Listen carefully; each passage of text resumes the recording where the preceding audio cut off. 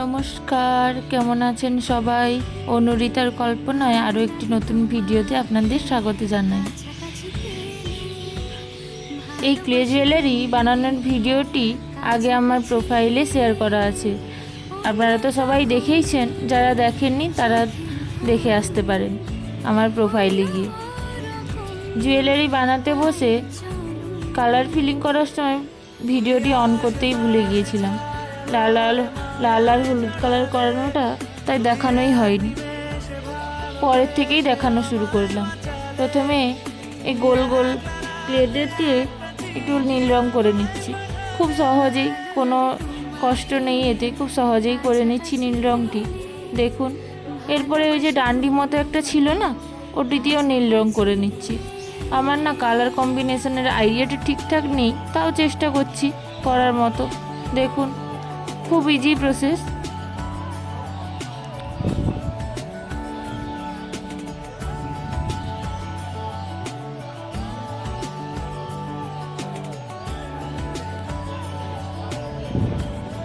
নীল রংটি হয়ে গেছে। এরপরে ওই অ্যাটাচ করার জন্য যেই ক্লেটা দিয়েছিলাম না, ওতে একটু হলুদ রং করে নিচ্ছি। জিনিসটা তাহলে একটু দেখতেই সুন্দর লাগবে।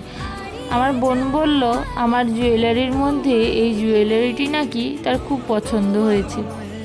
তারপর ওই ডান্ডিটিতে একটু ডিজাইন অ্যাড করলাম, দেখি চেষ্টা করে কেমন লাগে। আমি তো এর আগে এরকম করিনি, তাও দেখি, আপনারাও চেষ্টা করে দেখবেন কেমন লাগে। দেখুন, খুব সহজেই বানিয়ে নিচ্ছি।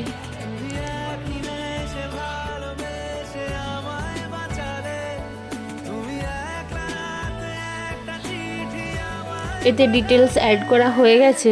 দেখুন, খুব সহজেই ছোট্ট ছোট্ট ডিটেলস অ্যাড করছি জিনিসটাকে আরেকটু ফুটিয়ে তোলার জন্য। এটি আপনি দুর্গাপুজোতে শাড়ির সঙ্গে ম্যাচিং করে পরতে পারেন, খুব ভালো লাগবে।